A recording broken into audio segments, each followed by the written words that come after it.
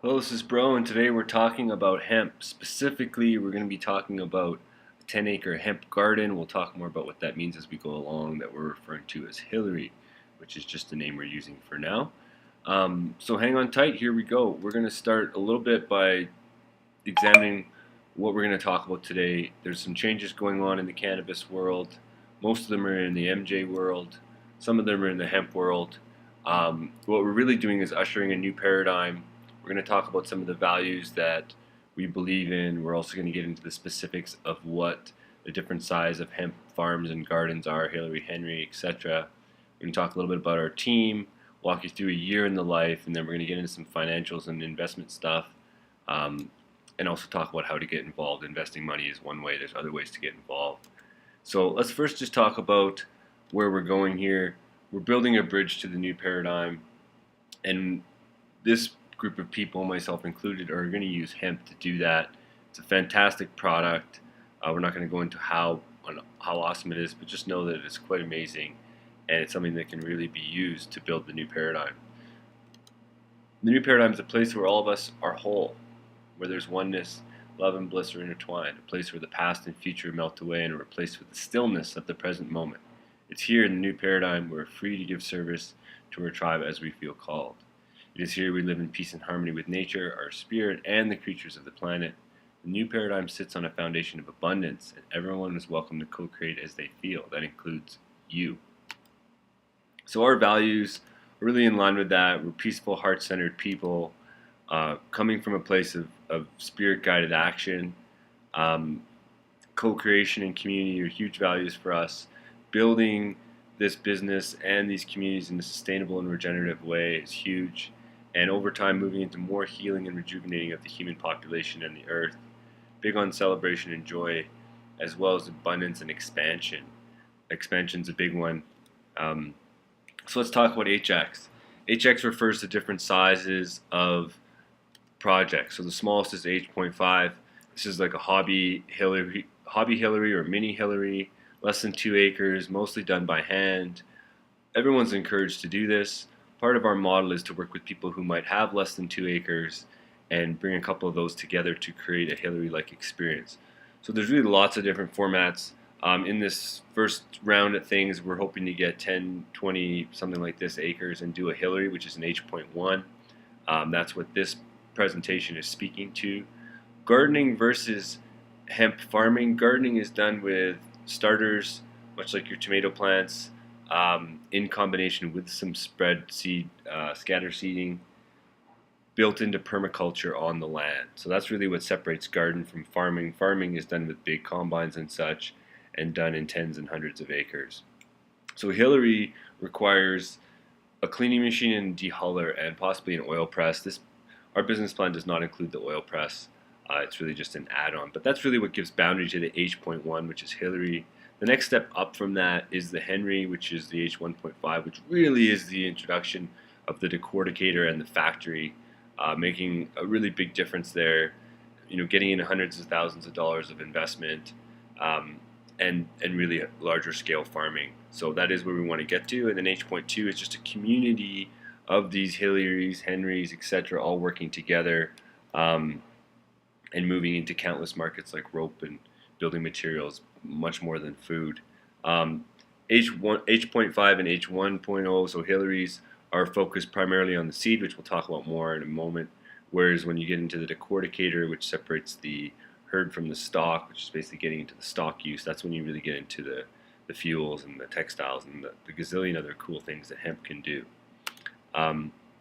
Let's tie this hemp stuff to this concept of hives. So hives are groups of people living together. City hives are the most common. Maybe you've experienced them. These are city houses where people are trying to live in a more heart-centered way.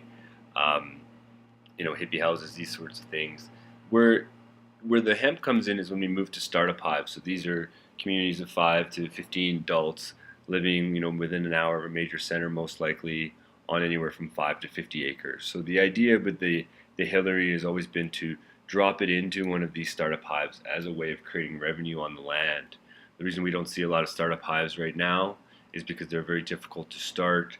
It's hard to get resource and capital to get land, it's hard to have enough needs met by people for them to stay on the land, and the biggest need is usually revenue generation. That's what drives people into the cities. Um, there's more on the overall hive model. There's a video on our website you can check out. I'm not going to get into the whole hive model. The next size of hive is the mini hive. So now you're looking at 50 to 150 people living together in community. And the idea is that a Henry could fit really well into that or be down the street from that. And the idea behind the Henry and the Hillary and the different hemp farms and gardens at different sizes is to support these hives to grow and expand by giving them revenue and giving them viable products like food and fuel and textiles and different things that we can use to build the new paradigm. So that's really the idea. Some of the goals of what we're trying to achieve by getting into hemp are building the hives with the support of the hemp. So we want to build the hives. That's another thing that's happening really actively. So hemp is there to support it.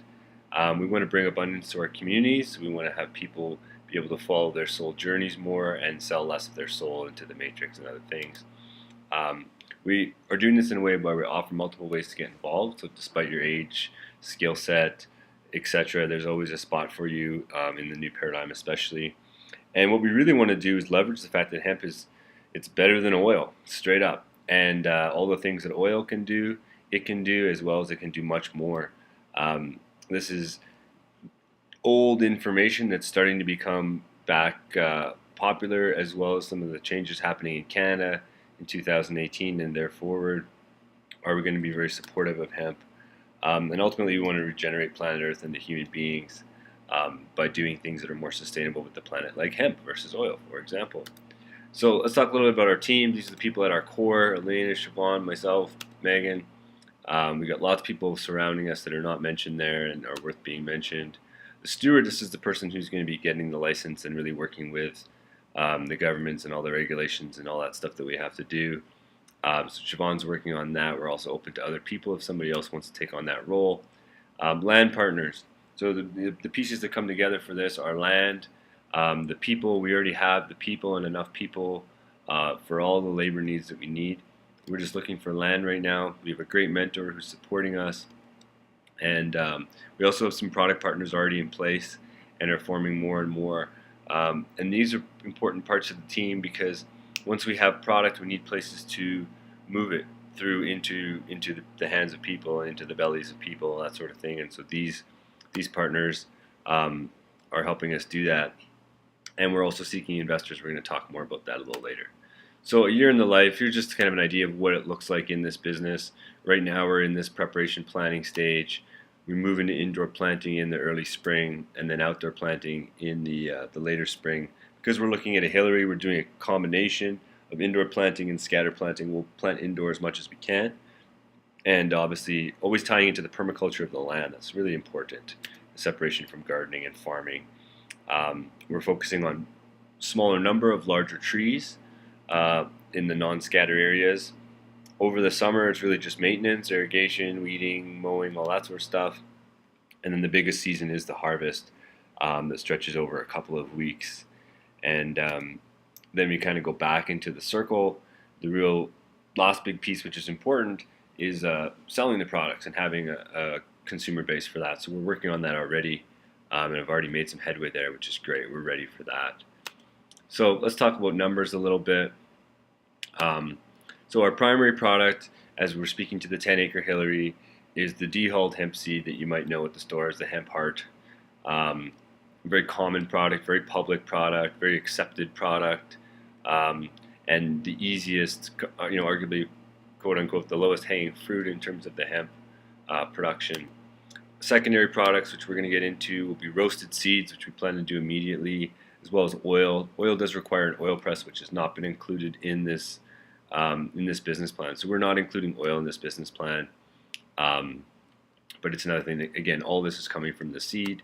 And then the other parts of the plant can move into medicine, building supplies, and other things, countless other things. We're not focusing on that at this scale. Once we get into Henry and other projects, we'll be looking more into that. We have a partner who we will be passing all of our stocks and stuff onto as part of meeting the regulations of just getting rid of that waste product. And they will be, doing some stuff with that to help us learn more about other things we can do. so that in the future we can get into things like hempcrete, toilet paper, paper towel, and writing paper. Those are some of the first things we want to get into. But none of that happens until you get a decorticator and have a little more experience with that, a little more processing, a little more money. So we're sticking to seeds. That's really important. This is all based around seeds. So here we go. Let's take a look at some numbers. This is on 10 acres. So we're looking for $40,000 to get started on 10 acres. We'll talk more about the investment in the next slide. We don't even need all of that money up front. We need about half of it to get going. So we're looking to secure half of that by April, if not sooner, of course. Our revenue is coming from the seeds. Their seeds are cleaned and dehulled.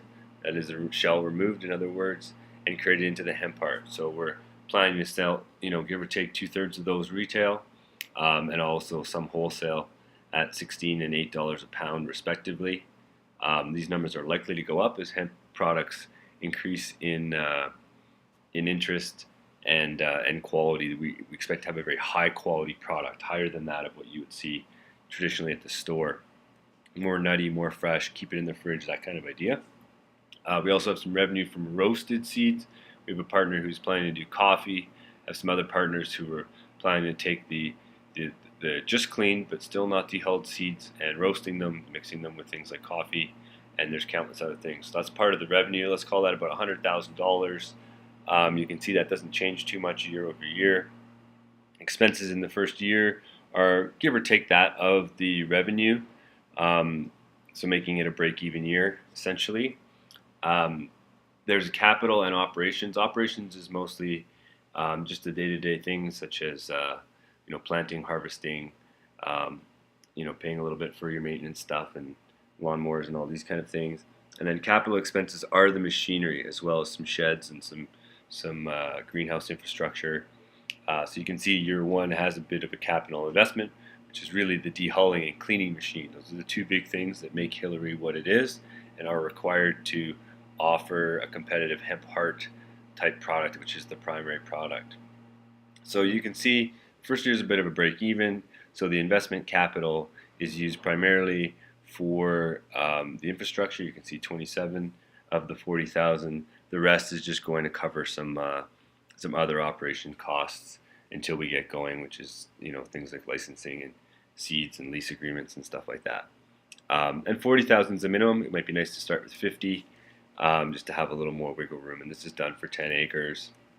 So in year two, again, the numbers are about the same. The difference is really that capital, because we have the machines minus maintenance on the machines.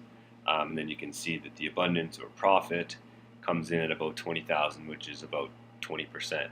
So it's a 20% business. There's also obviously the expense of paying some interest to the investors. So it's likely to say that 20 to 25% profit margin is where we expect to be starting in year two. And that's not including any price increases in the market, which we do expect, as well as starting to increase our knowledge on other products and starting to bring those to market. So it's very likely that our revenue will increase into year two. So the idea is that we want to have all of our investors paid out and be fully sovereign, if you will, going into year three. So that's how everything's modeled, and that's how everything can really work out. This is for an average growing season. So if we have a poor or a stronger season, these numbers will fluctuate. There is some obviously risk with the weather, but even on a poor season, things can get balanced out and paid out after 2 years. And our investment opportunity is very strategically designed for the 10-acre Hillary. So we're seeking $40,000 for up to 10 acres. Even if we only get 8 or 7, we still want that $40,000 because that's what we'll need. And then if we do end up getting 12 or 20 acres, we're seeking another $2,000 per acre after that. Planning for $5,000 increments. This is flexible. Could be 1,000 or whatever increment works for you. But the idea is to have not too many investors.